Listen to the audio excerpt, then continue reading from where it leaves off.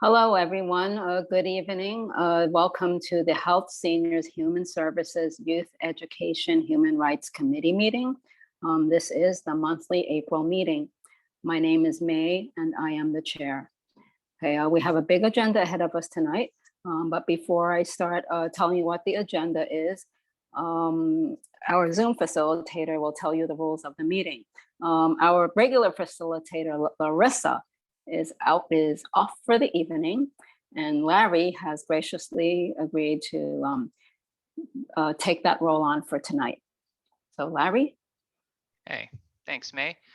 As you have noticed, our meeting is being recorded. If you are not a committee member, please put your name and your affiliation that is appropriate in the chat box so that we can take attendance. If you're experiencing any technical difficulty, for example, you cannot take yourself off mute or you're having trouble hearing or connecting, just drop a message in the chat. I'll reach out to you to try to help resolve it. We ask that the chat be used for these two purposes only, for attendance and for technical assistance. During the meeting, we ask that you remain on mute when you are not acknowledged to speak by the chair to reduce background noise during the meeting. Our chair will be calling on the members of the committee and then everyone else. If you would like to ask a question or speak, please raise your virtual hand. We will call on you in the order, and I will also keep an eye out for physical hands being raised just in case you're having technical issues. There's a 2-minute time limit, and welcome to the meeting. Okay, thank you, Larry. Okay, so we have three different topics to talk about tonight. But before that, we will have roll call for the committee members. And Thomas, our secretary, will take the roll call. Thomas? Thank you very much. Good evening, everyone. May Lee. Here. Thomas here. Larissa is absent. Ana Calderon. Anna, okay. Eric Diaz. Eric, are you with us? Larry? Here. Thank you. Eric is Sure. here. Oh, He's I in didn't the hear. call. Yeah, he just didn't unmute. Okay, I'm sorry about that. Thank you for letting me know. Shirley Fantasy. Okay, no Shirley. Deborah? Deborah, are you with us? She also mentioned technical difficulty, but she posted in chat earlier. I'm here. Did it work? Yes. Yes. Did it work? you. Okay. All right. My audio's been cutting in and out. So, all right. Okay. Thanks. Appreciate it. Alicia Lewis Coleman. Alicia. Heidi. Heidi Schmidt. Arnett. Here I am, sorry, present. Okay, thank you, Arnett. Rodney. Here. Thank you. And Carmen Perez. she shouldn't. I know she's on vacation, so she's probably not here. Thank you, everyone. Okay. Okay. So one more thing, we about last month's minutes. I emailed the minutes out to everyone and to all the committee members. So if you have any changes for it, please speak up now. Otherwise, it is deemed approved. Raise your hand.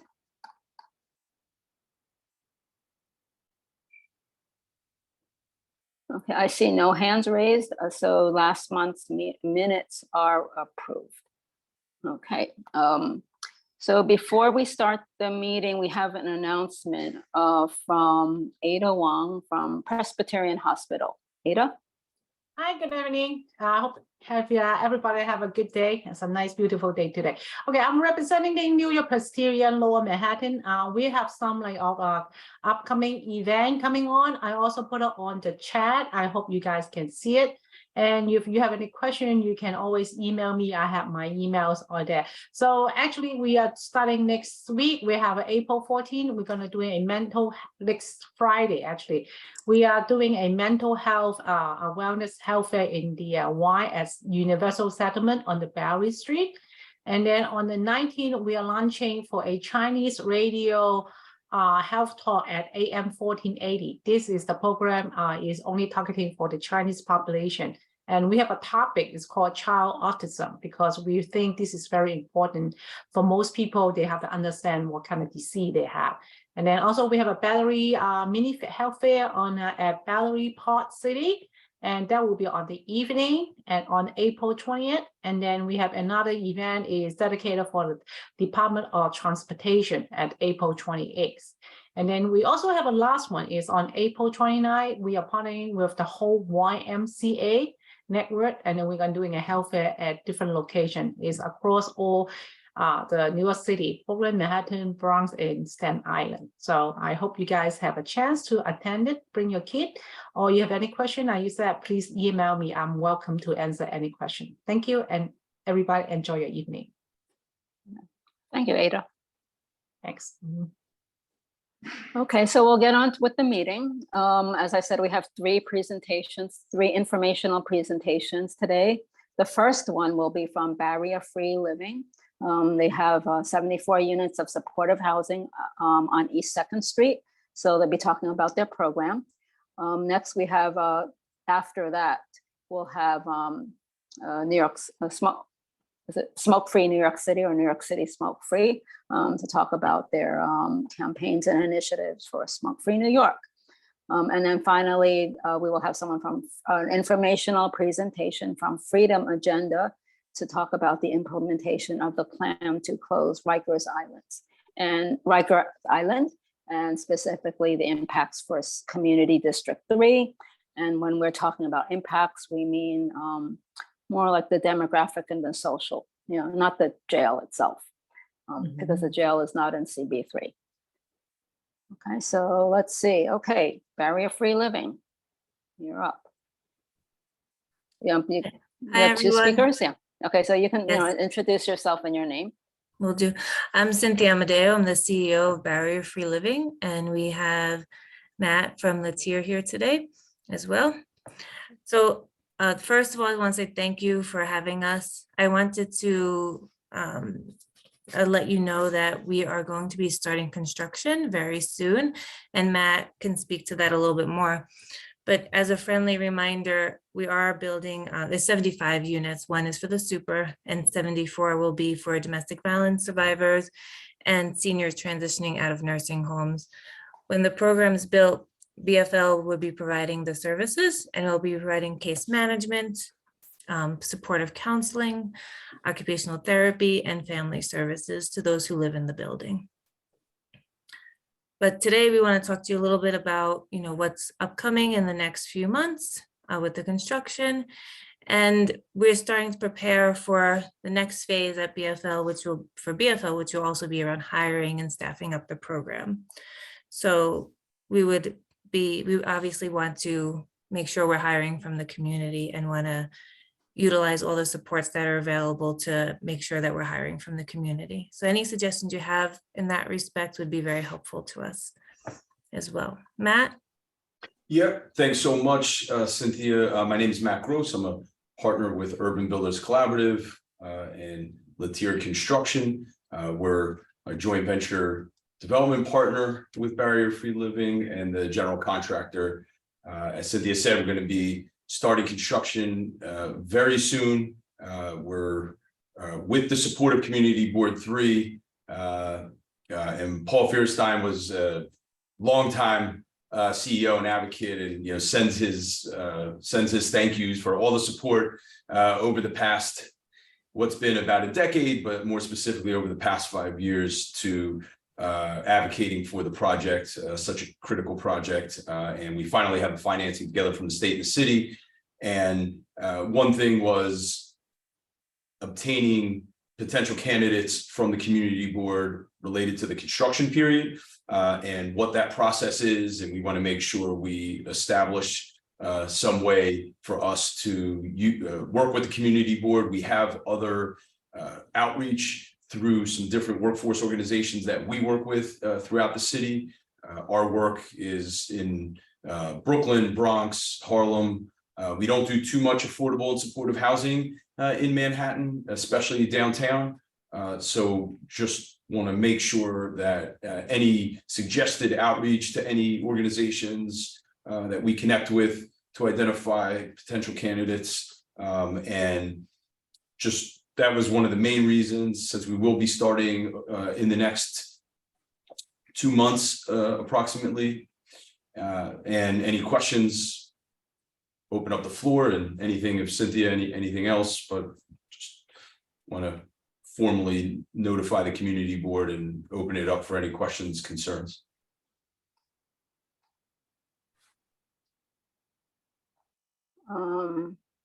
Hi, okay, so if you have a question, please raise your hand. And if not tonight, obviously any follow-up, I had put my contact information in the chat.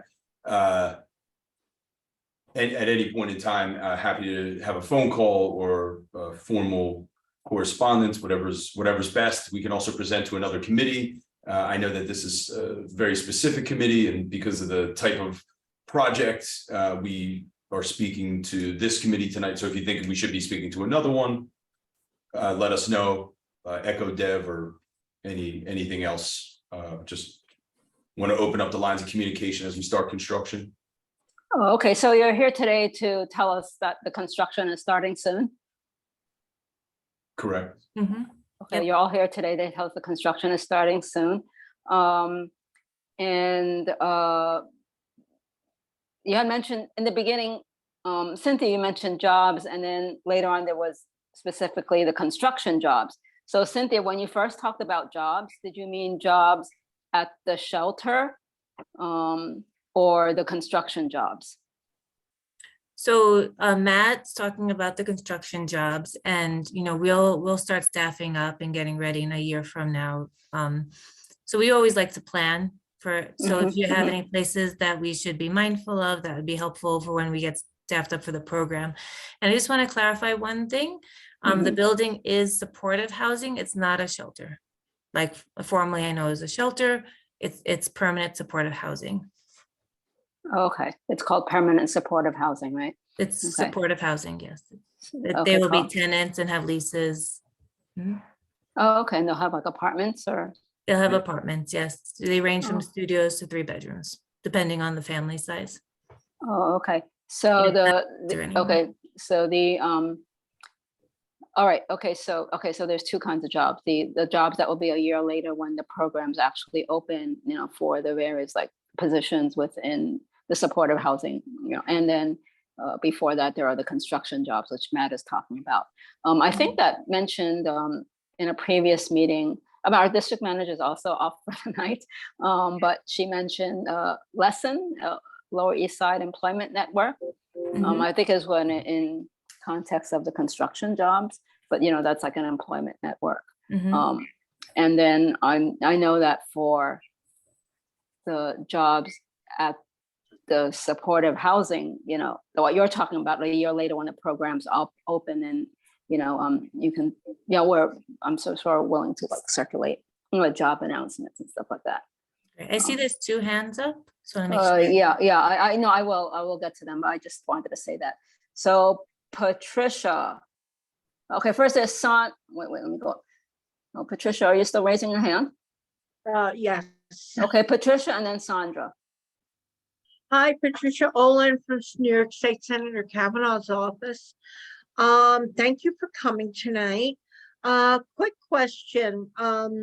When you say you'll be starting construction soon, how soon is soon? Like within a few months, during the summer?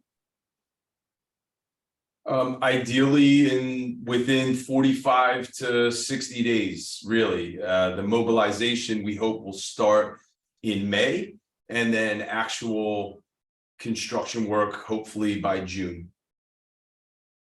Okay. Another quick question.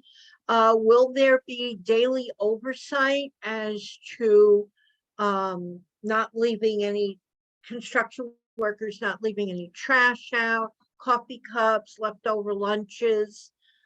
We are sitting on a rat reservoir. We don't want to feed them. 100%. We have a a rodent abatement program. That's all part of the permitting process. And then we will have contact information on site and also at the office. So if there are concerns and you see anything, then you can notify us so that we can clamp down. But our sites are notoriously clean. It's something we pride ourselves on. The integrity of the cleanliness is a reflection of the work in general. So understood and happy to share any other information, but we'll make sure there's contact numbers if you do find garbage and debris and any other concerns. We'll make sure there's contact. Okay, and last question, when you start unearthing and digging and everything, will the earth be covered, wetted down and covered so dust doesn't fly all over the place? Yeah, that's all part of the remedial action work plan. Dust mitigation, there'll be water to hose down and make sure there's no dust. So that is all required for permitting to manage all of that. Okay, but will it be also covered? Like Yeah, I mean, covered? Mhm. once we finish the foundation, the entire site will be covered. Ah, okay. Okay, well, thank you very much. No problem. Okay, thank you, Patricia. Sandra. Hi. So I just wanna I want to reiterate what May said. Reaching out to Lesson and local organizations for hiring is a really, really necessary thing. Also, you can think about goals, Good Old Lower East Side, because they also have OSHA classes and preparatory classes for people wishing to work construction. Okay, so those are two places that I think it's really good for you to reach out to locally. Thank you. Thank you, Sandra. Can you say what GOAL stands for again? I didn't quite get it. Good Old Lower East Side. Thank you. Okay. Okay, thank you. And then, you know, one thing that we do, you mentioned that goals provides training, the OSHA 30 and the 8-hour scaffold and fall protection, 2-hour drug and alcohol awareness is the 40-hour site safety training. We also would sponsor classes if if the community board had at least 10 folks, we're happy to sponsor a class as well. And yeah, but we'll talk with Lesson and the Good Old Lower East Side as two organizations. Again, we work with a few others with Youth Build, Building Skills, a couple others, but these are great. This is part of why we're here tonight. So thanks so much. Okay, great. Yeah, the community board is a part of Lesson. So Oh, you know, okay. so it's or well, not a part of, but we had helped to. Anyway, to found it. So okay, thank you very much. Okay, I don't see any other hands raised, and I guess that will mean that we'll move on to the next agenda item. Okay, so Cynthia and Matt, thank you for coming. You're welcome to stay for the rest, but you're also free to go. Thank you so much. And I had put my contact in the chat. And if you do think that we should talk to any other committees within the community board, just please let us know. Oh, okay. Yeah, I'll also check in with Susan because she communicates with the other committees. So, and if so, she'll get in touch with you. Okay. Thanks again for all the support over the years. Really appreciate it. Okay. Thank you. Thank you. Bye. All right. Okay. So next is Smoke-Free New York City. Hi, everyone. Yes, New York City smoke free, which is close. Okay. You're fine. So yes, my name is Stephanie Mercado Altman. I'm the Manhattan Community Engagement Manager with New York City Smoke Free. I do have a presentation that I would like to just put up on the screen. Just bear with me. Looks like I don't have permission. Give me a second. Let me see. Yeah, no problem. I think I'm just gonna try this for now. Go ahead and try sharing.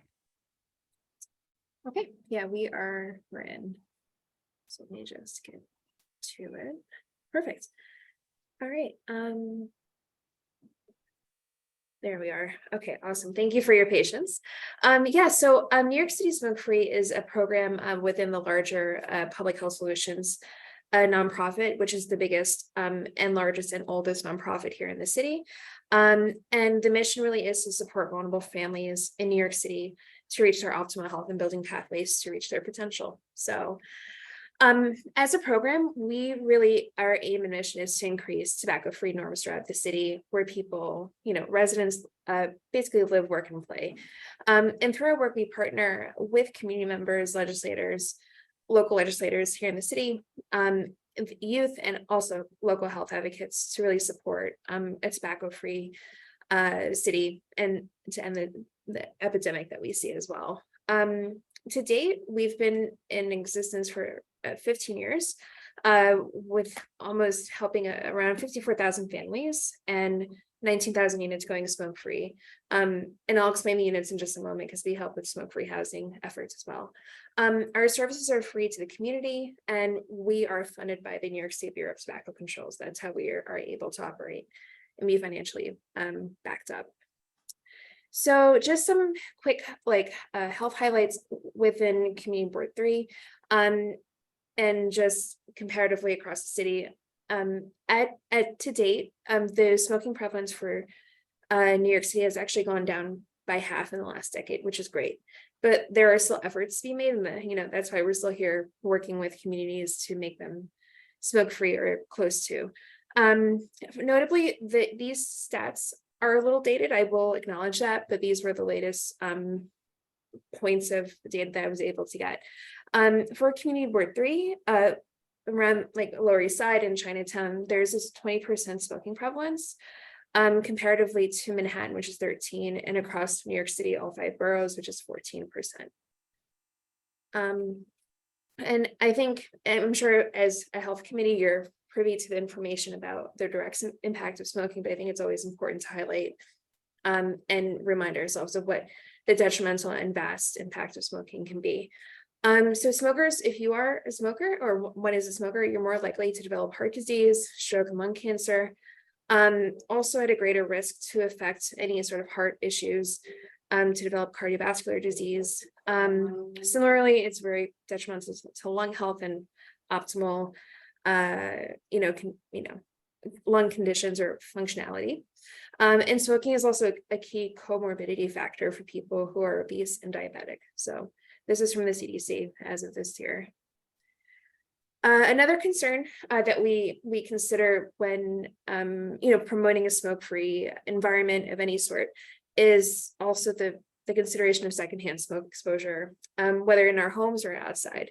When breathing in secondhand smoke, it is highly toxic and carcinogenic, the chemicals that are there, which amounts to almost 7,000 chemicals, which is really a lot when you think about that. And even brief exposures may increase severity if one has chronic lung conditions or any sort of adverse effects with the heart, lungs, things like that. And secondhand smoke is actually contributable to approximately 41,000 deaths per year in the US. And, in the age of COVID, with respiratory diseases kind of coming about, there is a higher risk of infection and severity of disease if one is a smoker. So that is important to highlight. And just shifting gears to our community engagement, which I head up here in Manhattan, and would love to see how we could partner together. We do smoke-free housing and tobacco-free outdoors policy work. So I'll go into that in just a few moments. But just to set the precedence, for smoke-free housing, there in a multi-unit dwelling building of 3 or more units, there have been tests that have shown that 65% of air is actually shared between units. Smoke does travel in between gaps in the walls, mechanical chases, under doors. And when we consider the community outside of our home, secondhand smoke exposure is experienced by community members, whether walking on the street or patrons coming into different businesses within the community as well. We encourage the establishment of tobacco-free spaces, and hopefully this can be a community effort. So, and we've also helped designate schools to be a smoke-free zone, as well as in front of businesses or community centers as well. So the tobacco-free outdoors work is pretty flexible in terms of whatever community establishment is of concern at the moment. And the benefits of smoke-free housing and tobacco-free outdoors policy really just highlights the assurance for health for all. You know, we protecting and promoting the health of our residents, the workers, and the community members who are, you know, existing within Community Board 3. It does promote also a cleaner, healthier, and safer environment, less litter, things of that nature. I also want to point out that the policies that we assist either buildings or businesses or community enterprises with are voluntary. So these are not mandated by the city in any sort of way, and, you know, are a choice for a building or a business to take on. So we would love to work, you know, with any sort of local CB3 members that would want to embark on that journey with us. And to this end, we also help in the end-to-end process with helping passing a smoke-free housing or TFO or tobacco-free outdoors policy as well. Specifically for smoke-free housing, our goals really are to work with building owners, landlords, and property management companies to adopt a voluntary policy. So ensuring that all the units in the common areas of the building are smoke-free. We really aim to partner in this endeavor. We never want to come in imposing a policy. And through this partnership that we would help, you know, foster, we would provide the technical assistance and the materials to develop the policy from, you know, beginning to end to vote on. So our steps within the policy process, and this goes the same for the tobacco-free outdoors work that we do. We would do a survey just to get a gauge of what the interest in the policy would be, garnering support, hopefully. To follow if there is desirable interest to go forward with the policy, we would then educate. Similarly to this, I would make a presentation to the you know, the audience who is concerned, whether it be residential folks or business folks, depending on who it is. So that can look a little bit different for whichever policy we're doing. But basically, then the main part of the work that we do is to develop and finalize the policy, depending on what you're looking for, what the building is looking for, or the business is looking for. Everything is customizable to what the client is looking for, basically. And then finally, the voting or the final decision for that policy to be adopted. Oops, skip ahead. And yeah, tobacco-free outdoors is pretty much the same rundown of show. But in this effort, we really just try to work with community members and businesses to adopt a voluntary policy to ensure that a designated outdoor area outside that establishment is smoke-free. So, and aside from our community engagement work, we also have a youth engagement arm of our program in New York City Smoke-Free, which is called Reality Check. And we may have noticed that among our youth, there is a huge vaping epidemic that is an alarming trend for teenagers. So, you know, to date, there almost 37,000 New York City public school students that have reported that they have used a vape or an e-cigarette. You know, and to compound this issue further, the proliferation of smoke shops throughout New York City have also slowed down the youth vaping epidemic. And to note too, over 8,000 New York City public high school students currently smoke, and 1/3 of these youth will actually die prematurely from tobacco-related diseases or from smoking directly. So, with that to say, the Reality Check program is really a unique program for us, as we really engage the youth of the city to participate, to become, you know, tobacco-free advocates, and also to really help expose the misleading marketing tactics of the tobacco industry, and hopefully, you know, make a communal impact amongst their peers and reduce the number of teens who smoke. The program really encourages and empowers the students to engage their peers. We do movie nights around, you know, tobacco imagery and dispelling kind of like the glamorization of smoking and things like that. And overall, it's a great learning experience. They get to connect with local legislators. We get to meet with them. You know, it's a great program to build up their self-efficacy skills, communication, and presentation skills.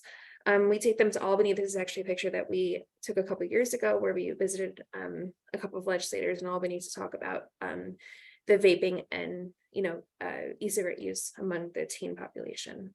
So, you know, and as you know, we want to be here as a resource for CB3 if there is ever an interest in working with us, and we'd love to know if that's an opportunity. But just some proposals that we could, you know, that I would love to put forward as a way to start something with your committee and community members is really, namely, one, if there is an opportunity to contribute to your newsletter, we can write a small blurb about our youth and community engagement initiatives, and just let that be known and be dispersed here to community members who read the newsletter. Secondly, there is a great resource, an online video called Black Lives, Black Lungs, which we could host a community screening and discussion for. And this film really looks at the tobacco marketing history of tobacco products within the Black community. And it's a pretty insightful film. It's really, I've seen it many times, and it still strikes me that it's something that's really important to bring to communities across the board. And finally, we would love to have an introduction facilitated, whether to new and existing property managers in CB3, any sort of housing organizations, and in the same light for Reality Check, also any introductions to high schools within your district. But yeah, we'd love to. These are just a few jumping off points, but we'd love to welcome any questions. This is my contact information if you have any further ways to connect or any concerns. So thank you so much. All right, any questions, comments? Please raise your hand.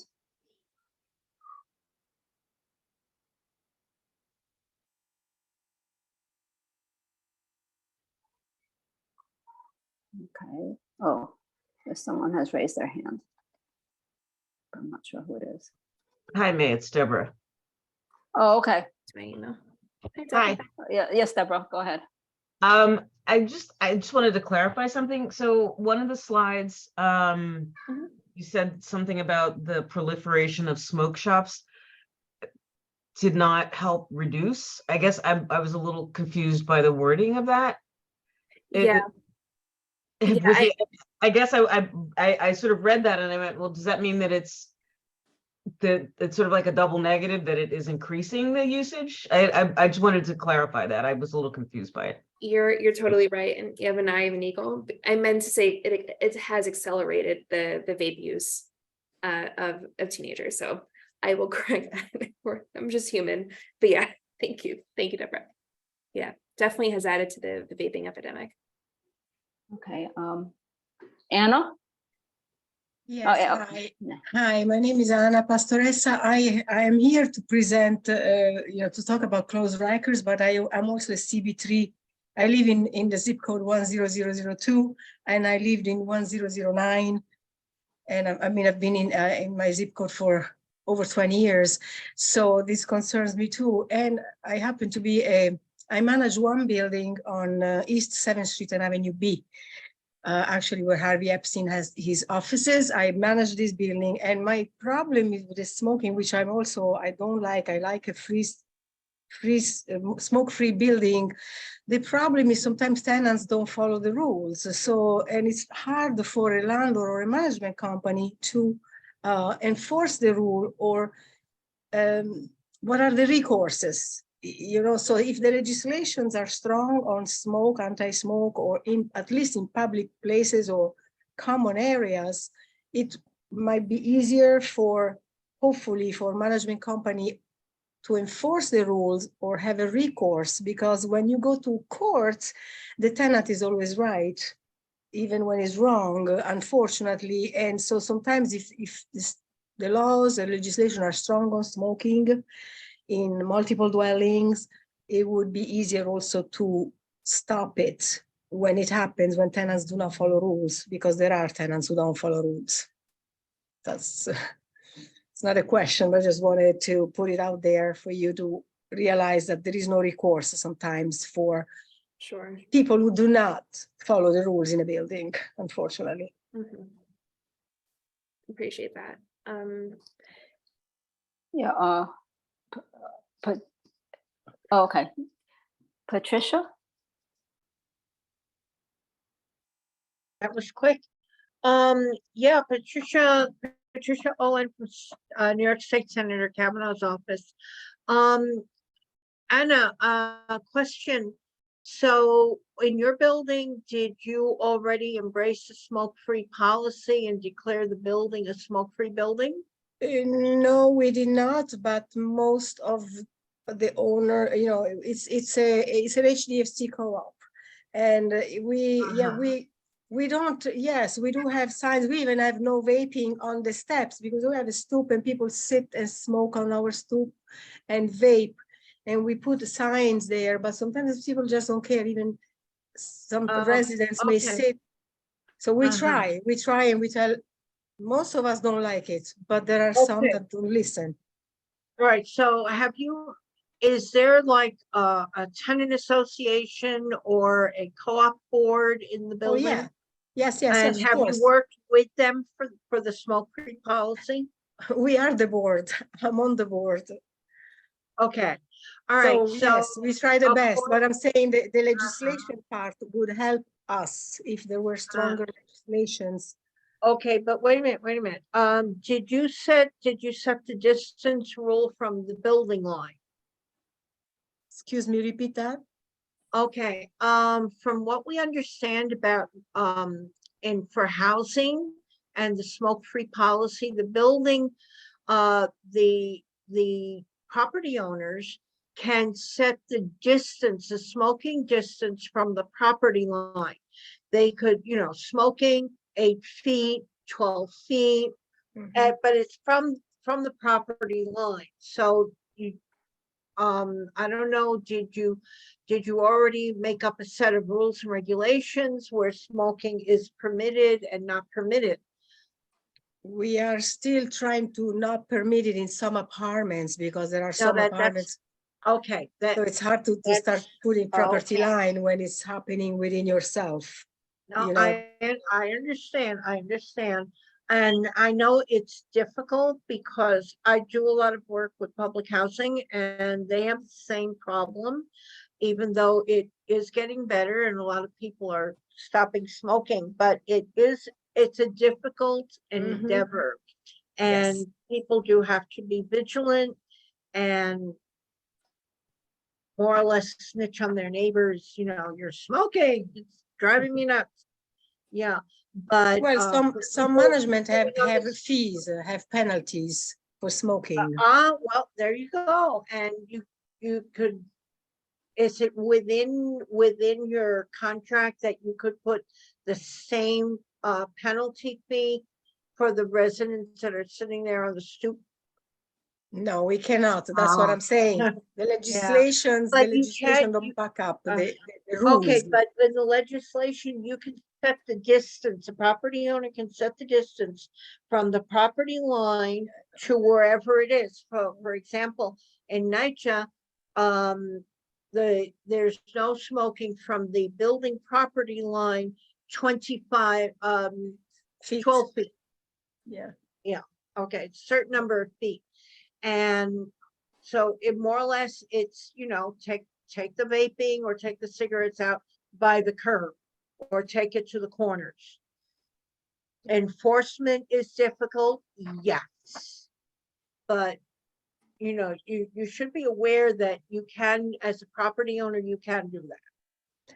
As property owner or manager, recourse is also difficult, not just enforcement. Recourse, once somebody breaks the rule in smoking, that's a difficult one because you go to court and and the tenant always gets away with it at the end of the day.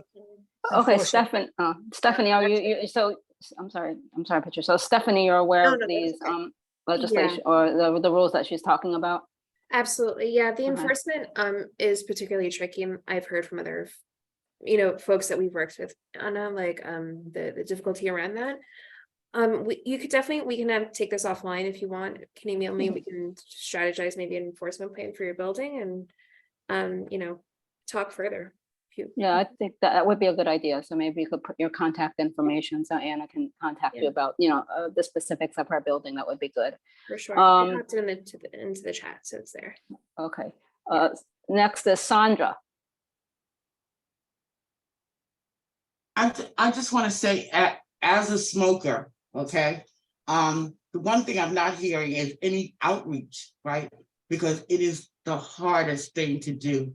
When you have been smoking, as long as you have not, right? It's just very difficult. But I do have a, so that's number one, outreach, right? I think once a tenant is maybe caught, maybe you, at that time, you could probably offer some support to them as probably pendant, right? As part of, instead of like fining them, maybe give them a class or something, or require them to go, you know, to take some, you know, no smoking classes or something, but you gotta give help, right? Just say no or stop is just not good enough. For me personally, I wish they would just stop selling the cigarettes. You know, like certain pharmacies have decided, like Rite Aid stopped selling them, Dwayne Reed stopped selling them, you know, but that's a bigger picture. But I was wondering, these places that you're talking about, do the leases actually state that they are non-smoking properties? And if not, they should, because a person entering into an agreement, right, needs to know all the facts. You just can't put this upon someone when they did not contract to live in a smoke-free environment. So, you know, I don't know, Anna, if you're. Yeah. Well, actually, We put it I'm in. sorry, the I'm sorry. Okay. Wait, I don't- let's, okay. Yeah, this is, if you want to have a discussion about, you know, a certain building, you can take Right. it offline. But I Okay. think that maybe, Sorry. Stephanie, you could answer the questions Yeah. about, you know, what are the requirements? Because you talked about, you know, educating or, you know, working with some buildings. So Yeah. what did you do with the buildings? Did they, you know, have a lease for the tenants? I mean, there are existing tenants who've been living there a while. How did all that happen? Could you explain a little bit more? For sure. Yeah, for sure. So I just want to say, and Sandra, thank you for your points. And I do appreciate your experience in telling that and sharing. There is actually a city law, local law 147, that is a law that has where a landlord or a co-op or condo have to disclose that there is a smoke-free policy for that building. So if there is a potential renter or buyer, that person has to be up to par and be notified that there is a smoke-free policy. When we've worked with buildings to adopt a policy, you know, after, you know, folks are moved in, whether it's again, condo co-op or rental, it's really it's a egalitarian process. Everyone votes. And, you know, from there, the leases are amended. Obviously for rent stabilized apartments, it's a very tricky situation because of rent renewals and original contracts and things like that. But we, you know, there is a pretty clear process, and if there is support, that policy is pretty successful to pass. I hope that Okay. answers your question. All right. Yeah. And I'm Yeah. sorry, I just wanted to add one more thing. Sandra, to we've also given resources for folks to quit. So definitely don't want to leave people, you know, high and dry with that. So we recognize it's a journey, it's hard, and we're here to support and refer out if need be. Okay, great. Okay. Thank you. Of course. Okay, thanks. Mhm. Any other questions? I don't see any other hands raised.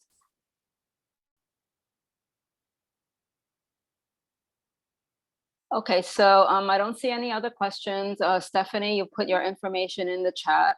You know, I also found the work you're doing with the youth to be very interesting as well, because as you said, there's a you know, because of the vaping and all that, there's, you know, actually an increase in young people smoking, and they do say that a young person who starts smoking is more likely to become a lifetime smoker. So Right. that is, you know, important to note or to remember. Absolutely. Okay, all right. Thank you. Okay, so I'm sorry, go ahead. I said thank you. That's all I had. Oh, okay. All right. Okay. So thank you very much for coming. You know, we're going to move on to our next agenda item. And of course, you're welcome to stay and listen to that. Okay. All right. So next up is the Freedom Agenda. We have Sarita and Anna. Okay, go ahead, introduce yourself. Do you have a did you have a slideshow? We do. I would love to Yes. get permission to share from the host. Got it. Try now. Wonderful, thank you.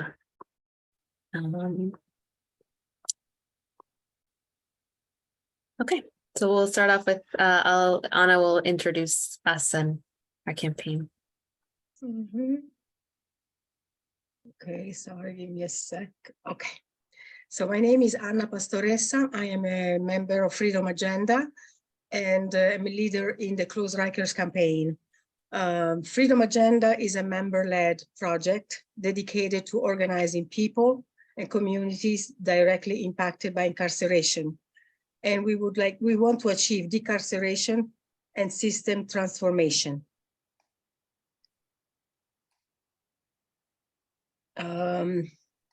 Also, we've been organizing since 2016. I am directly impacted because my son was on Rikers Island and he was kept there for 6 years waiting for trial. I've been, at that point, I started to organize in 2016 to close Rikers Island along with many members. And for us, closing Rikers does not just mean closing the buildings and moving people elsewhere. For us, closing Rikers means also reducing incarceration, defending human rights of the people in New York City jails, shrinking the Department of Correction budget, and to invest in that prevention. So we also would like money and funds to go to programs to prevent people from going to Rikers Island. Thank you, Anna. Thank you. So we'll share about what the plan, there is, the city is legally required to close Rikers Island by 2027, and we'll talk about what that plan is. But before we do that, just wanted to touch on why we would close Rikers Island, you know, why we embarked on this campaign and why we were able to garner such broad public support from faith leaders and service organizations and grassroots groups, community groups, and ultimately elected officials. So to summarize, we believe that Rikers should close because it doesn't do what we're told it's supposed to do. It does not make our city safer because it enables a system that punishes poverty. A lot of people, the majority, in fact, of people who are at Rikers are unable to afford bail. So rather than a system based on safety, that's a system based on wealth. People are held pre-trial, as Anna mentioned. We'll talk more about that. And just the sheer scale of Rikers has enabled mass incarceration at a scale that doesn't serve our city, particularly because people are churned through jail and released often in worse condition than they were when they entered. Rikers Island and its location in particular was built to isolate, not to rehabilitate. And it doesn't address the root causes of harm, nor the needs that often lead people to interact with the police and the courts, everything from untreated mental illness to addiction. So the combination of those factors just leads to enormous moral and financial costs that are undermining public safety in our city rather than supporting it.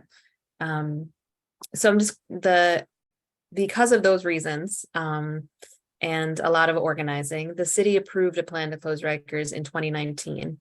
So what that plan includes is it shrinking the New York City jail capacity to less than 3,300 people and investing in proven alternatives. New York City is fortunate to have some of the best alternative to incarceration service providers with some really innovative models, some of the best in the country.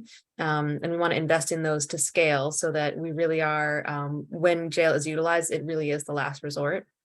And this plan also requires the city to close all 10 jails on Rikers Island and the Boat by 2027. The Boat is a floating jail in the Bronx, docked off of Hunts Point, that was supposed to be temporary 35 years ago. But still exists and is in a similar condition and has similar challenges to Rikers Island in terms of its isolation. An important part of this plan is also replacing the outdated jails that exist now in Brooklyn, Queens, Manhattan, and the Bronx with new facilities that are designed with human beings in mind. So as Anna mentioned, since when we talk about Rikers, we're not just talking about closing the jails on Rikers, but really ensuring that people are in a different environment. It was determined that by our coalition and by the support that we were able to gain from elected officials, that none of the jails that existed in New York City, including the ones that are not on Rikers Island, but next to the courthouses, none of them were really fit for human habitation. They're extremely old, built without air conditioning, barely any light, lacking program space, lacking adequate space for visitors. So replacing them was an important part of addressing human rights concerns for people who are in the jails. And then divesting from the Department of Correction and redistributing those funds as we shrink the footprint of incarceration in New York City, that creates the opportunity to really shift that those really vast resources that have been spent on the Department of Correction and Rikers Island. So the vote on closing Rikers itself came with a commitment of $250 million in new funds for community resources, and also established a commission on community reinvestment and the closure of Rikers to guide the reinvestment of the money that will be saved by shrinking the footprint of our jail system. So in order to understand, sort of think about how we can reduce incarceration, we thought it would be really helpful to understand who's at Rikers. So I will pass to Anna to walk us through that. Well, Rikers Island pretty much is a jail where you're temporarily held there prior to trial. And the majority of people there are pre-trial, incarcerated because they cannot afford bail. And in fact, the people that are rich are very wealthy and they might commit bigger crimes. They end up getting out and paying their bail. A lot of these people are there on lesser or not so not terrible crimes, and they still cannot get out because they cannot afford jail. So they're all pretty much 90% of them are innocent until proven guilty. As you can see the numbers, yeah. Also the people who are on Rikers, they stay on Rikers for a long time waiting for trial. You are innocent waiting for trial, and the average time is 285 days. Now, about half of the people on Rikers Island have a mental illness, and 1,100 of them are seriously mentally ill. They need services. So if you think about the amount of people that are on Rikers Island that are innocent until proven guilty, about half of them need to be in some sort of program or mental health program or even substance abuse program. And unfortunately, these numbers are only going up since Mayor Adams took office, and they're up 36%, which is disheartening. The other reason I'm here is since I am from zip code 1002, as you can see, the numbers are the highest in this area. We have in 2021, that's the only data we can get so far. There were 112 people that went to jail from 1002, our zip code, or 1009. You can see the number on the slide. And you have to remember that these people will probably go to jail and come back worse to our neighborhoods because they've been on Rikers Island, where they've been completely broken down and abused. And they will come back because they will really be released. These are not people that are going, all of these numbers are going to be in prison for the rest of their lives.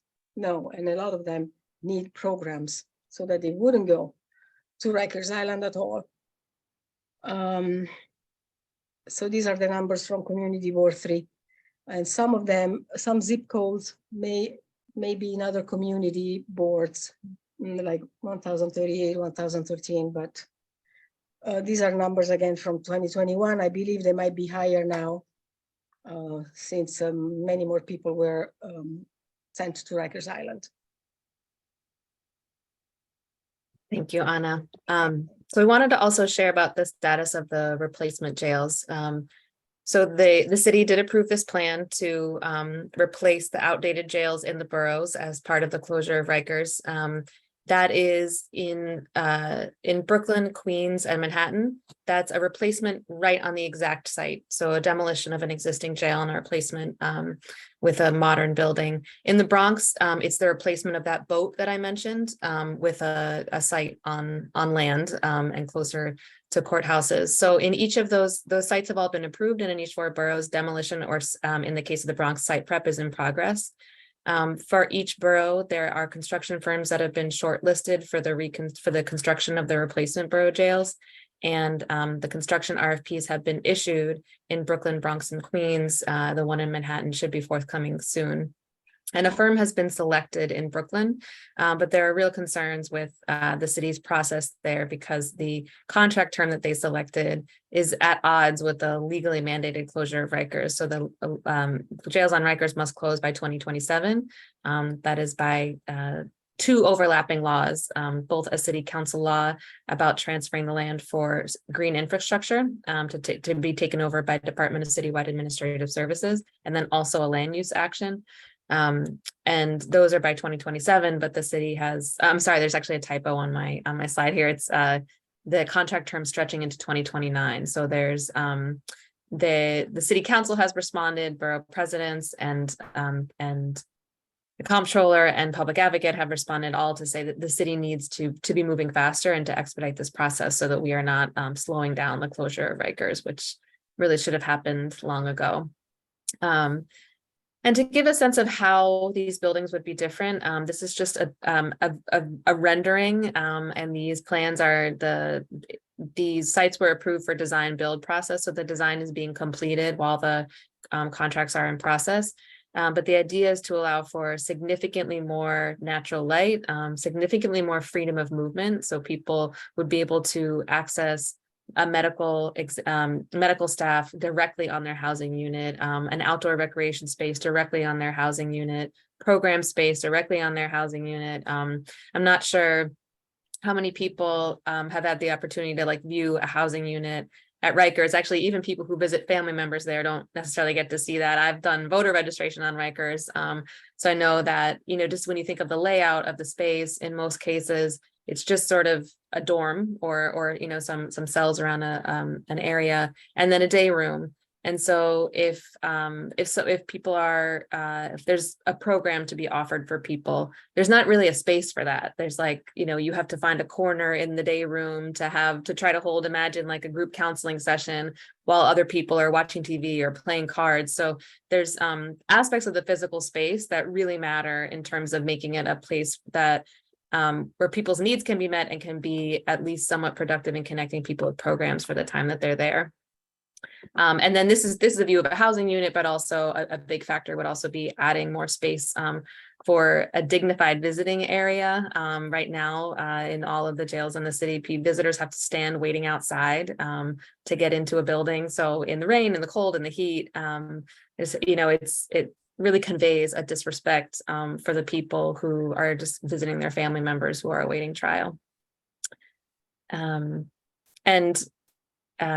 I'm sorry, actually, I think Anna was going to explain this one. I skipped around. So Anna, please add what you would like here about, Sure. certainly I know you have a lot to say about how it would have been different, to visit your son, in nearby and in a place like this versus on Rikers. I mean, he's from Lower Manhattan, and I had to go for 6 years. Okay, so if you decide you want to keep my son for 6 years waiting for trial, then you need to put him nearby, by the court, because he's from Lower Manhattan and it belongs to a jail while he's waiting for trial. So he's innocent, presumably innocent. So you can't do that to people. And on top of that, we've been talking about people who get locked up, but what about the people who work there? Because these facilities are decrepit, they're falling apart. There is asbestos, there is peeling paint everywhere. There is leaking roofs. So they are in so decrepit conditions that even the breathing air, like we're talking about smoke-free buildings, these buildings, you don't even need to smoke to get sick, because my son would tell me, when you're locked in a cell with peeling paint and leaking roof in your bed while you're sleeping, you breathe mold.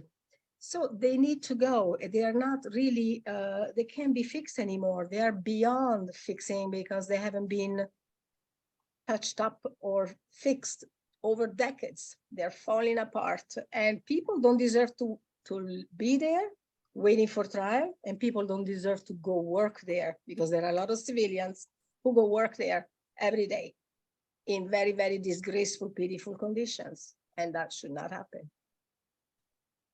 Thank you, Anna.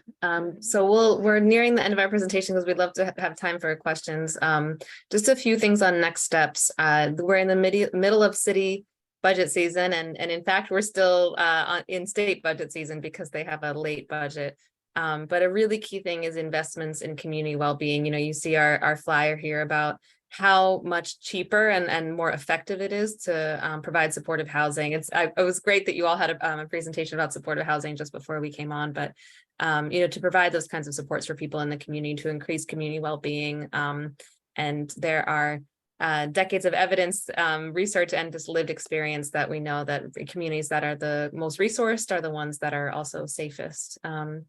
There's really important work to do to address case delays. That's at the state and the city level. There's some things that the city can do by instituting efforts that have worked in other cities to just periodically review, like pull all the parties together, the court parties, and review people's cases and try to quickly identify alternatives. We have a situation now where we have, as I mentioned, a network of alternatives to incarceration, and someone may be eligible for one of those programs, but it may take 8 months for them to get reviewed and approved. So at that point, it's not really an alternative because you just spent 8 months in jail. So if someone's going to be approved for an alternative, you know, to be able to do that quickly and not expose them to that environment.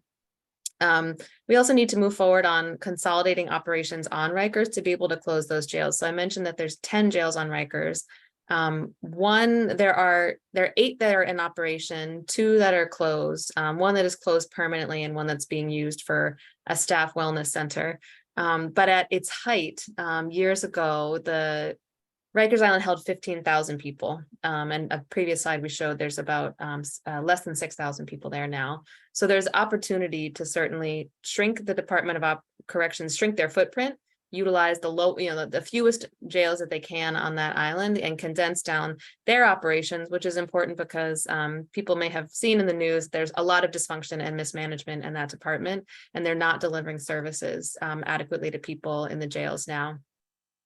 I mentioned expediting the construction to make sure that we are moving off of Rikers on time as required by the law in 2027. And then this is almost a whole other topic, but I'll just touch on it because it's too important to ignore. DOC accountability and transformation. So we've talked about aspects that are baked into this plan, which are reducing incarceration, shifting people off of Rikers Island, and ensuring that people are in vastly better physical conditions. But there's a really important aspect of how DOC operates and manages the jails that goes along with that. So that's a sort of a parallel organizing effort that we're very involved in. And there are ways that not being on Rikers, not being out of sight, out of mind, in a hidden, inaccessible location that has made oversight more complicated. There are ways that, you know, being in more central visible locations will help, but there's a lot of work to do there as well. And we'll just close with this slide. I'll pass to Anna. So if you have any questions, if you want to know more about it, you can check our website and follow up with an email. Our information is on the screen, and you can ask any question of Freedom Agenda and a Close Rikers campaign. Thank you so much for having us here. Thank you very much. Now we will take questions. I see Arnett has raised her hand. Arnett. Hello, good evening. Sorry, I can't put on my camera. I'm having some issues. But good evening, everyone. And my question to either one, Anna or oh my God, my name just popped up. Sarita, thank you. Either one. There, as you may know or may not know, there was a strong campaign from our community against the a new jail placed at the Tombs area. I would like to know what can you say to those in the community that are against having a new jail? I know a lot of people are asking, or saying like we're already dense as it is, and no one, even though it's supposed to be innocent until proven guilty, no one wants to have so-called more criminal element within their community, and as well as like I said, overcrowding and the element of the people that will be housed there, and plus the extra foot traffic for those that are visiting. What is it that you would like to tell them? And is also my question, okay, part two is, my question is there a plan on how we would house the ones that are already existing in Rikers that are still awaiting trial? Like, because the buildings have to be built, like where will we put those that need to be placed in incarceration? Okay, those are my two questions. Thank you, Arnett. Well, I can start, and I would love for Anna to, as a community resident as well, to speak on this. But just on the your first mention about increased concerns about increased foot traffic or visitors, there's an element there that I want to make sure is understood, which is that the replacement Manhattan jail would have actually the same capacity as the existing Manhattan jail, as the Tombs. The reason that it's physically bigger, the reason that the square footage is increased, is to allow for that type of design that we showed you. That's just not possible in the cramped, really kind of dungeon-like design that exists at the Tombs right now.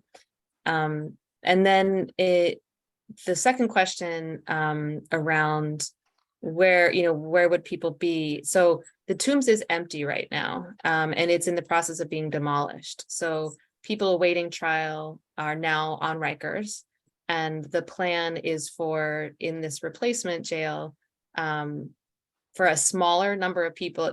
As we talked about, a big part of this project is reducing incarceration. So we're talking about achieving a smaller number of people in jail by two main methods. One, prevention, investing in the things that are going to meet people's needs in the community. And two, addressing case delays, so that people are able to move into alternatives more quickly, or their cases resolved on a reasonable time frame. People aren't waiting, like Anna talked about, for 6 years. So that smaller population of people would likely, again, because these are jails, would be people awaiting trial, and they would be in the replacement Manhattan jail. And I'll let Anna add on from here. Yes, so I think this no new jails is just a slogan, because these jails are not new. I mean, they're there. So new, they're old, and people don't want new construction, but the constructions are already there. These were already jails, decrepit dungeon jails. Again, even the offices where people work should not be dungeons. So it's not that there are going to be new jails in new locations in Lower Manhattan or in any of these boroughs. The jails are already there. They're just decrepit, and they're inhabitable. So they need to be knocked down, and they need to be rebuilt in a humane condition for all. That's all it is. So when I hear the no new jails, I think it's just a slogan, because what do you mean by new jails? I agree. I don't want jails at all. So if we're talking about no jails at all is one thing, but unfortunately, the reality is that people are involved with the justice system. They need to be somewhere, but they don't need to be in a dungeon. So they can be near the courts, because these are just like county jails. When you put a person in jail waiting for trial, they are near their courts, in their county. So sending them all down to up to Rikers Island is like a penal colony. Nobody knows what's going on there. And it is really, the conditions are unbelievable. I've been going there for 6 years every weekend, so I can talk about it. And it is despicable that humans have created that. It needs to go completely. And we need to be humane because this is New York City. We are the capital of the world. I happen to be also a tour guide, and I do have a lot of tourists that come to the city, and I show them the alternative New York City. I show them to tombs when they come in Lower Manhattan. I go to the African burial ground.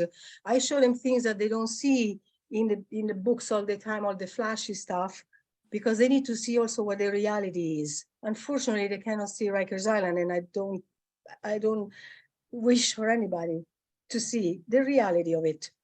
So we do need to have borough facilities. I don't call them jails. And yes, they are already there. Let's build them properly for humane conditions for all, for the people who are held innocent until proven guilty, and for the workers that go there, for the visitors, for the attorneys to go and talk to their clients who don't want to go to Rikers Island. They don't go to Rikers Island, the attorneys. They don't want to go there. It's a hell of a trip to hell, and they don't want to go there. So they need to be near the courts to serve Okay. our communities. Thank you. All right, thank you. Deborah. Hi, thank you for the information and your presentation. I really, wow. So I guess one thing that I'm curious about, could you talk a little bit about, you advocate, or you're saying investing in alternative models, alternatives to incarceration. Can you describe, just give an example of what an alternative to incarceration, what a particular program might look like? Thank you. Yeah, thank you. New York City has a pretty wide network of alternative to incarceration programs, and they include some organizations that you might be familiar with, CASES, the Osborne Association, Fortune Society, Bronx Connect, Common Justice, among some of them. And so often what it will, the ones that are good are really tailored to meet people's needs. So they'll make an assessment of what were the contributing factors to the behavior. It could have been a lack of housing, lack of employment, lack of treatment. So there's an element of, of addressing those. And then, some form of accountability. And so that can be community service. It can be participating in a really rigorous program as like, sort of part of that accountability to say, this is how this is made right. In some programs like Common Justice Practice Restorative Justice, where they actually, this has to be, people have to opt in on both sides, but that would be a situation in which the person who was harmed and the person who committed the harm would actually like come together and discuss what would it take to make this harm right. And that really is dependent on what the harmed party says, so if it was my home and it was broken into, and I say like, you need to replace what the items that I lost, that might be part of it, like restitution, or it might be something, more about like an admission of guilt and an apology in some cases is what people are looking for. So that's one model. But I think that's something that really is a culture shift challenge, like within our culture, is that our system, our court system is sort of set up to try to assess, like, is this punishment enough? And I think that the real unfortunate thing there, the loss for all of us, is that doesn't necessarily address, is this what will prevent this from happening again? Which is often like really what victims want. They want to make sure that this doesn't happen again. And so to make sure it doesn't happen again, you have to look more at like, will this address the root cause? Not necessarily, is this enough punishment? So, like somebody who has had unmet treatment needs, really engaging in like really intensive treatment. I don't know, what experiences people have had with mental health treatment, but just from my own like slight experience, that's hard work, and like it's not getting off easy. And in fact, it's the thing that's more likely to prevent the harm in the future. So I hope that helped to paint a picture. Thank you. Thank you. Okay, thanks. Thomas. Thank you for your presentation, and it's not a very easy thing to fix, but I appreciate your initiative. My question specifically is, what kind of outreach do you have for youth as part of this planning? Because we have a lot of students especially after COVID. You know, I'm a teacher, and there's a lot of stuff going on in the chats, and it's been a lot of instability. So, you know, these kids get on chats, they do things, and some of them, you know, they're one step away from jail, but we'd like to give them other alternatives. Do you have some stuff that we can use in our schools? Yeah, that's a great question. Our organization Freedom Agenda is pretty small actually, but we work in a huge coalition, the Campaign to Close Rikers, with over 150 organizations signed on. And so there are a range of organizations that work with young people to really, one, like, you know, stabilize their lives, engage them in positive activities, but, you know, but also to intervene in like when cycles of violence have started or are about to start. So particularly in, you're teaching it also in the Lower East Side, Thomas? Yeah. Okay. Mhm. One of our partners that I know works, a couple of our partners that work in Northern Manhattan, I think some of them also may have some programs in Lower Manhattan. Those are GOSO NYC, Getting Out, Staying Out, and Bronx Connect has another arm, Manhattan Connect, that they work with. And then some of these other providers work citywide, like the Youth Justice Network actually has a great, they have this, I'm trying to remember what, they have a special name for it, but basically it's a bus. And like they go around the city to different locations, meeting young people where they're at, providing help with like resume assistance and, you know, and that kind of like mediation where needed. And they have a really amazing staff that's been really done excellent work with young people for a long time. So those are some of the ones that come to mind first. And I can also take down your information if you'd like me to follow up if I think of others. I appreciate that. Thank you. Of course. Also, we need to be present at the budget hearings for the mayor when he takes away money from all the agencies, local agencies, and he gives money to the police department, keeps inflating police department and Department of Corrections, which are completely overinflated, and is taking away money from education, from programs, from local communities. We need the money in the local communities, not to punishment, because the police department, yes, is the greatest in the world in New York, but the more money you give them, the more they take. And why do we still have crime rising according to what we see, and the mayor is not able to curb it? Then that means that it doesn't work to just policing people. It also works giving giving to programs and to support the communities so that people do not go to jail. There is no reason to police them when they have programs, like you say, youth. I see them in the streets. There is no programs for them to be together, or vocational school, after school programs where they can go and engage, or sports programs. There should be more of that.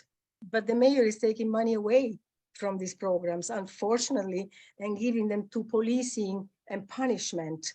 And that's not good enough for me. I don't think it's good enough for anybody. Yeah, I don't see any hands raised right now, but I did want to ask a question about the money and the budget. So I'm glad you brought up the city budget, because the community boards are part of that process in terms of advocating for money. It's usually for a city agency, and it goes through a city agency, goes through the whole city, but also if it's going to benefit our community district, and we talk about in terms of money coming to our community district.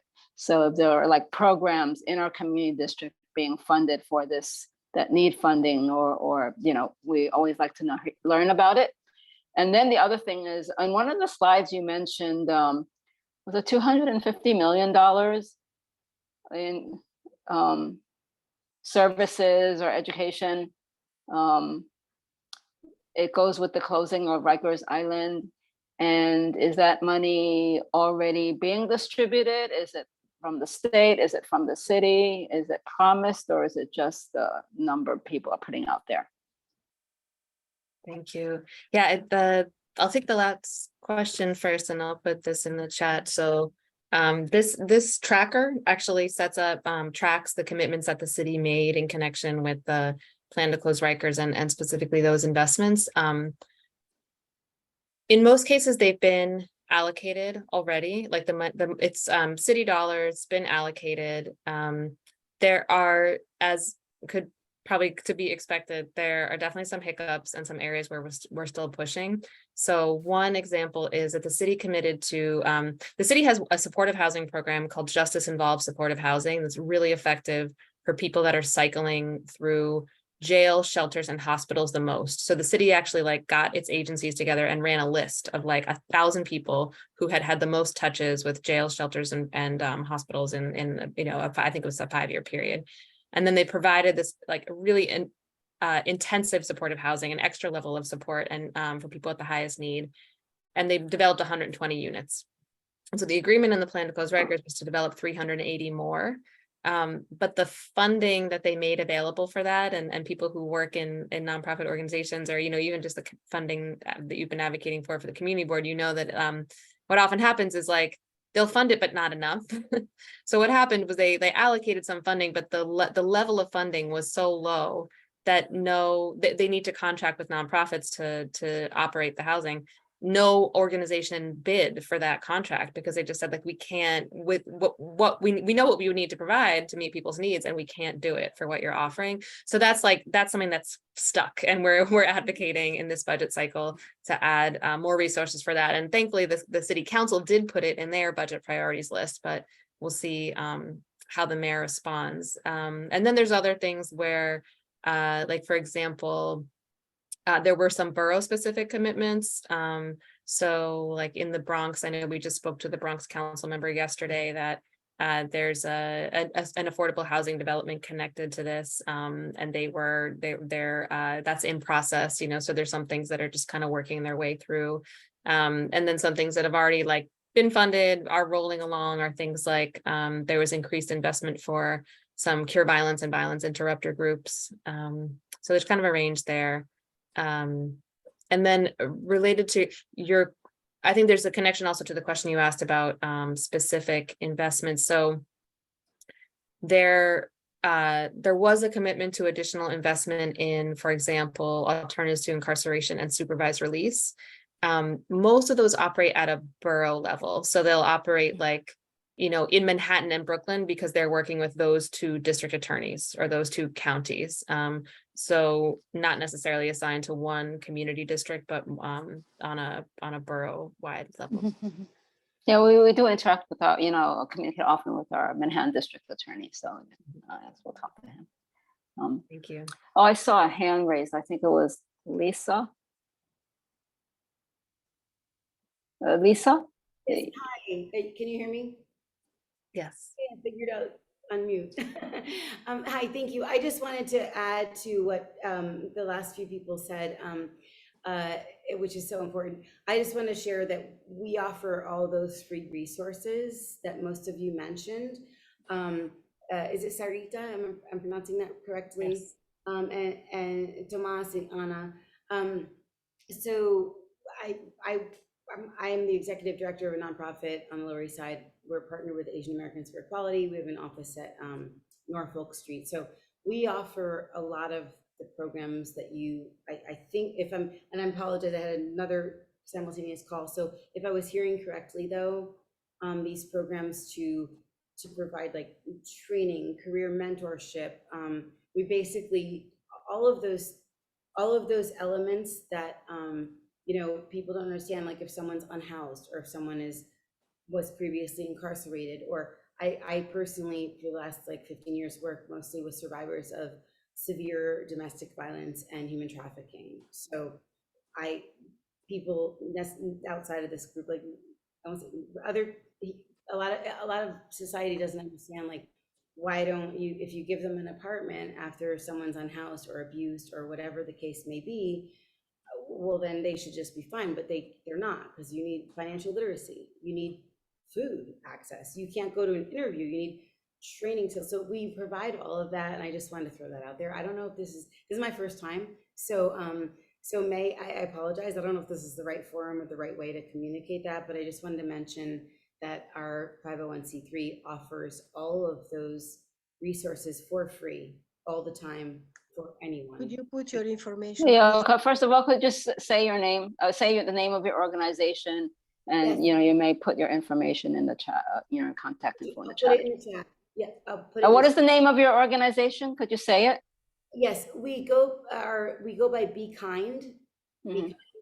The formal name is Trauma to Triumphs. That's our formal 501c3, overcoming trauma and coming to triumph over trauma. We go by Be Kind because it's just so much easier, and we work a lot in Chinatown, but several other areas. So everything we have is in Spanish as well as different Chinese dialects. So that's why we had to narrow it down to Be Kind, because it's just too many words to translate. Thank you, Lisa. I really appreciate you sharing that. Okay, thank you. Let's see. Any other questions? Okay, I don't see any other hands raised. So so thank you for the presentation. Thank you. And people, if you want more information, you have, Freedom Agenda's contact information and website that you can, access. Okay, so so we're so this concludes the 3 agenda items. We just have some CAB and CEC reports, and I have some updates. Okay, so everyone is welcome to stay for the meeting, and you're also free to go. Thank you. All right. Okay, so let's talk about CAB and CEC reports. Has anyone here been to any hospital CAB meetings? Well, none of the hospital CAB representatives are here. How about CEC? Arnett?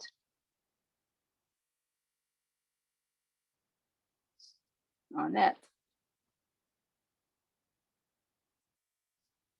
Okay, we'll get back to her later. Okay, so I have a couple of updates. One is, first of all, for our district needs statement, we have this idea that we need to start our district needs statement again. It's already time, and we were thinking, Susan and I was thinking that we could start with, doing a 2-question survey to some of our nonprofit providers, sort of about what their needs are, and it's the same. A lot of it is the same people that we talk to each year that provide us a lot of information. But we would just send this questionnaire out to them, 2 or 3 questions maximum. So we haven't devised the questions yet, but I would like to ask the committee members if you have any suggestions for questions.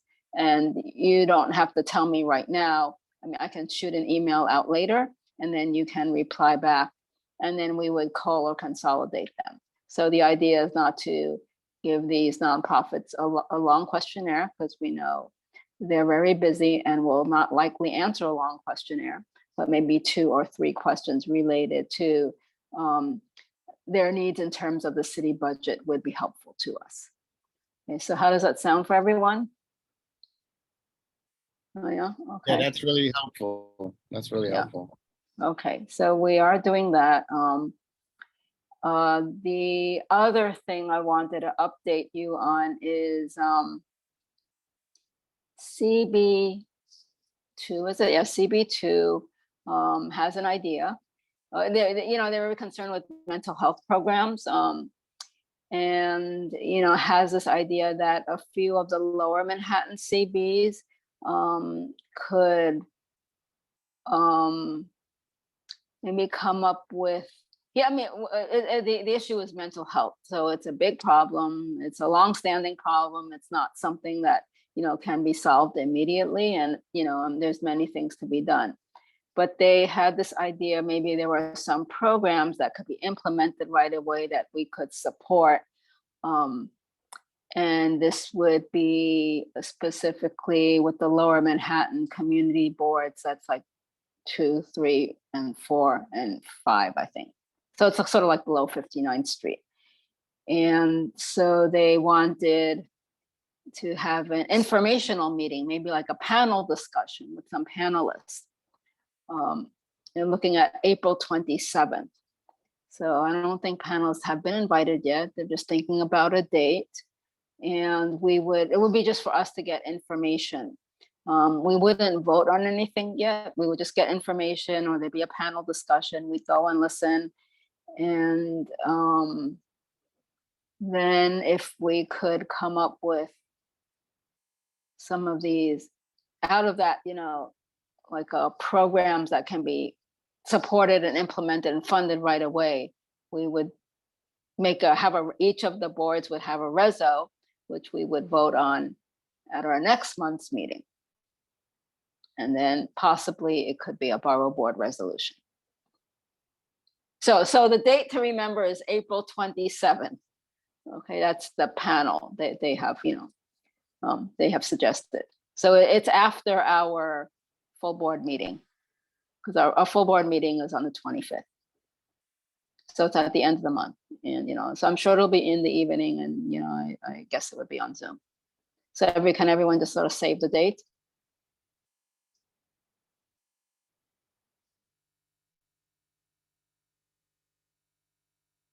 Yeah, it's the only announcement I have. So those are the two. Arnett.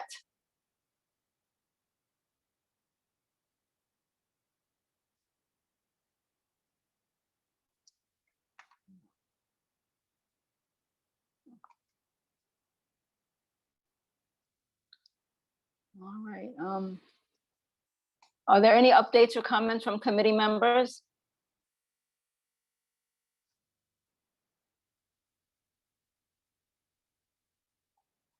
Oh, Deborah? Yeah, I just wanted to, I don't know if people know this or not, but there was an invitation that came from Mount Sinai that was about the grand opening of their behavioral health center, which is opening on June 8th with guided facility tours and a ribbon cutting and, just sort of kikiing with, I guess, the folks. But I just wanted to put that out there that was coming up. If you didn't get an email or didn't hear from it, there's you have to RSVP by May 1st. And I guess that's one thing. And then the second thing is that I know that we have cabs for hospitals. Is there the possibility of having some connection with the community board with Mount Sinai and that specific facility? Well, why don't we find out? I mean, we have, well, okay. Oh, first, let me just go back to the open house before I forget about it. So we received an invite for the open house at the office. Okay. And Susan was asking if all the committee members would like to be invited. I was like, yeah, I'm sure they would. I mean, it is during the day. So yes. It's not an evening thing. So you have to be free during the day. Yes. It's like in the middle of the day, like in the morning, like from 10 to 1 or something like that. Yeah. So if any of you want to get an invitation, I think it's okay, right? And just let us know. I know Shirley is interested in going. Also, in terms of cabs, there's a cab for the whole. There's an established cab for the whole hospital. I don't know, and the cab isn't just for us, right? It's for. For the hospital. I don't know if they plan to establish a separate cab for Mount. They generally don't have separate cabs for all the hospitals. It's just one cab for the whole thing for Mount Sinai Beth Israel. Oh, so you're saying that's technically not Mount Sinai Beth Israel? Is that what you're saying? Who may? No. I mean, I guess because it's no. I guess because it is Mount Sinai Beth Israel, right? It is Mount Sinai Beth Israel, but it's such a it was such a lightning rod and such a big thing that came into the community on the heels of all kinds of ridiculousness. And they made a lot of promises. They talked a lot about what they would do and what this is going to be. And even looking at the invitation, that I guess I just want to make sure that they are being the partner that they said that they would be. And if the single cab for all of Mount Sinai, they got buildings all over the place. I just want to make sure that they are actually a community partner and they do what they say that they were going to do, because we look at it all the time because it's in our neighborhood. So I guess that's my pitch about it, that I feel like there should be some more direct connection to that specific facility, because it's. Well, I Yeah. think we can certainly discuss it with them, Okay, since like great. you said, it's new and all that, or, I don't know, it's like about establishing a separate tab, but Yeah. maybe it's just having meetings or, Yeah. some kind of group or something. Yeah, I mean, that That's would what you're be talking good. about, right? Yes, that would be very good. I think that would allay a lot of concerns. Mhm. Yeah, great. Okay, yeah, we're trying to see if the, the other thing, the Manhattan Borough President's Task Force can be reestablished. So that's about the, all the changes and transformation and downsizing or whatever of the hospital. That was, it's the one that they had, with the previous borough president, but the new one has not, started anything yet. Okay. Okay. All right. Thanks. Okay. Arnett. Okay, she's here, but she doesn't seem to be here. So if we can't find her, should I send her a text message? I will try to send her a text. Oh, it's already 8:20. I'll just send her a text message, and if she doesn't reply, then we'll. I think we can close the meeting. If she has technical difficulty, maybe she could email us her report so we could put in the minutes. Is that feasible? No, we should just we can just hold it till next time. She's not saying that she has technical difficulty, so.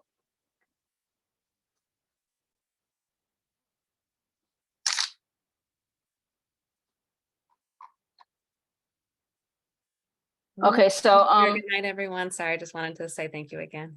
all right, okay, bye-bye. Thank you for coming. Thank you. Okay, she was having technical difficulty, so maybe that's what it is. So why don't, if there's nothing else, we'll take the final roll call to close out the meeting. And if Arnett has any updates from the CEC that we need to know right away, I can put it in the next, and it won't be in the minutes, but it can be included in an email, like, when I send out the minutes. Do you understand, Thomas? Yes. Okay. All right. Okay, so we're adjourning the meeting and we will have final roll call. Okay. Mei Lee, Yes, here. right? Thomas here. Larissa is not here. Anna, is Anna here? Yes, Thank you. thank you.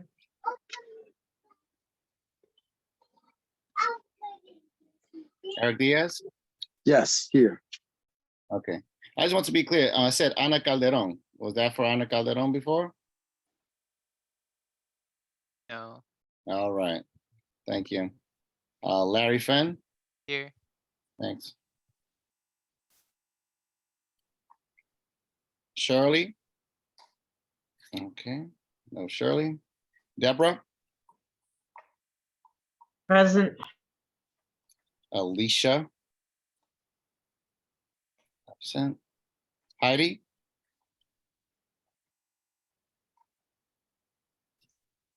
Heidi? No. Arnett?